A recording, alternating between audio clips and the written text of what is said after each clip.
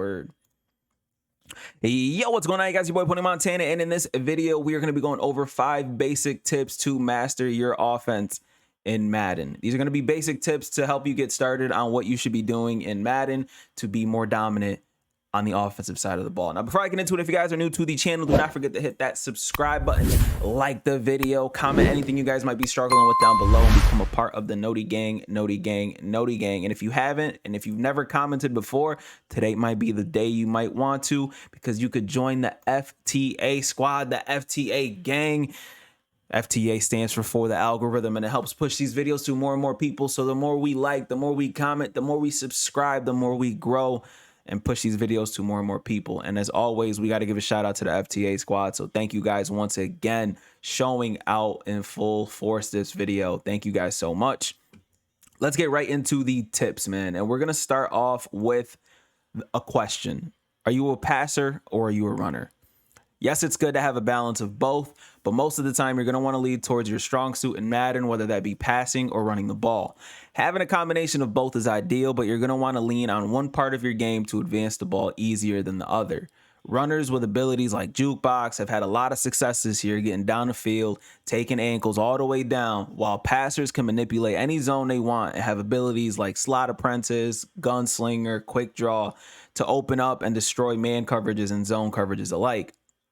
This is going to be how you set your team, how you do everything in Madden. You have to choose whether you're a passer or a runner. Some of us are a lot better at running than we are passing. Some of us are a lot better at passing than we are running. Passing is obviously a little bit more difficult, but running seems to be a little bit more, it's not, I don't want to say careless, but it's more of a situational thing where people don't have like deep running plays to sit there and go crazy on the run. But again, if you're a better runner than a passer, you have to change your scheme up so that you're, running a lot more often than you are passing, because you don't want to sit there and throw interceptions and put yourself in a bad spot early.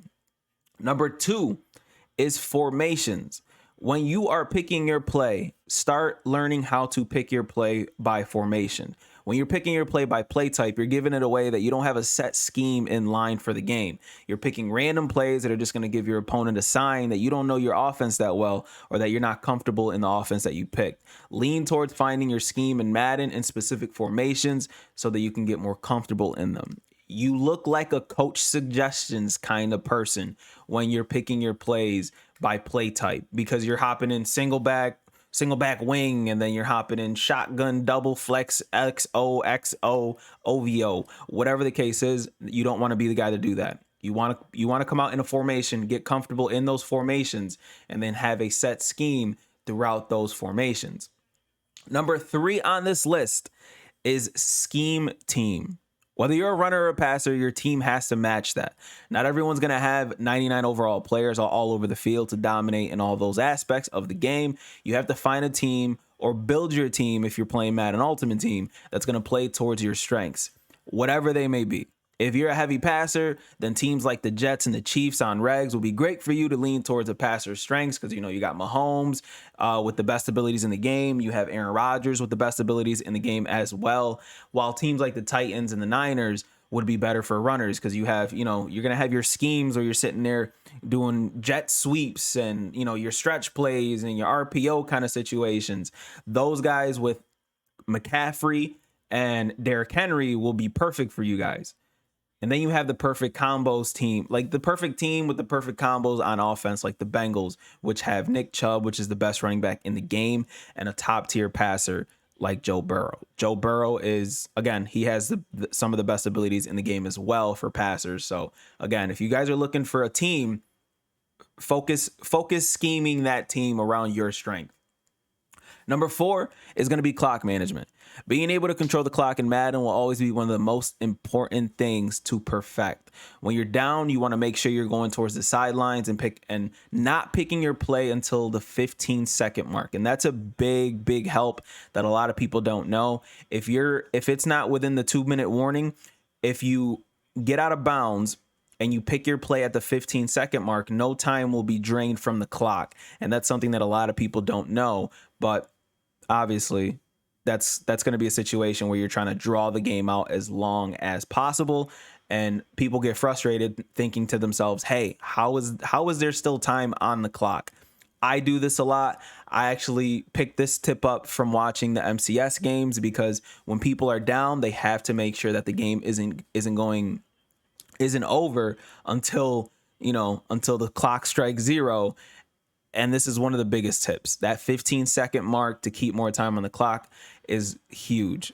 And when you're up, you're going to want to take as much time off the clock as possible by going down before getting out of bounds. So it's the opposite for trying to take away the clock. If you're trying to drain the clock, you want to stay inbound nonstop. You want to give yourself up as soon as you have a first down, and even avoid throwing the ball away and just taking a sack as a QB to keep the clock going. You don't want to sit there and try to drain clock and then throw incompletions, because then what happens? The clock stops, and all of a sudden you're gonna be sitting there not draining any time off the clock, and you're not gonna put any pressure on your opponent. This will improve your game a ton by forcing the pressure off of you and onto your opponents and turning it into one of your strengths. This being one of your strengths will turn you into a much better Madden player. Take it from the GOAT, Problem Right, who has some of the best clock management ever. That dude, literally, I praise him all the time on his clock management, because one of his strengths is running the ball, and that's one of the easiest ways to drain clock in any Madden game. Number 5 is going to be abilities. Abilities are now the cream of the crop in Madden. They implemented them into this game so that we can spend more money and more training and blah, blah, blah, blah, blah. It's just one of those economic things when it comes to the Madden Ultimate Team situation.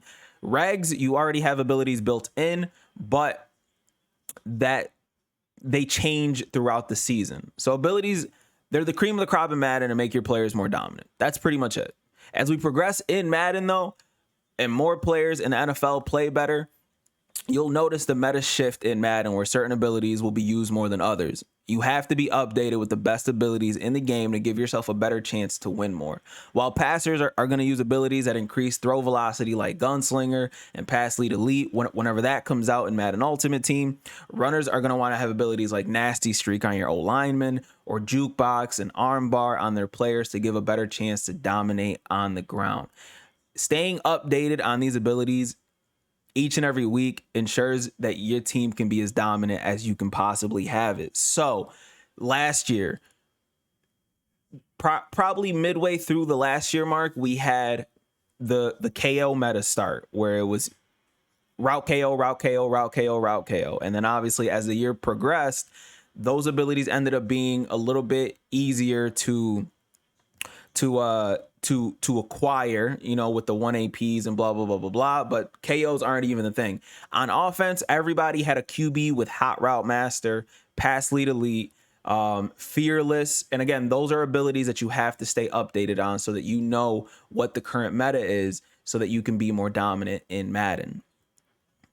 Abilities, they are literally so important to every single team. And obviously you want to scheme your team around your abilities and your strengths and everything like that. Even whether you're playing Madden Ultimate Team or whether you're playing regular team mode, abilities will make your team 10 times better.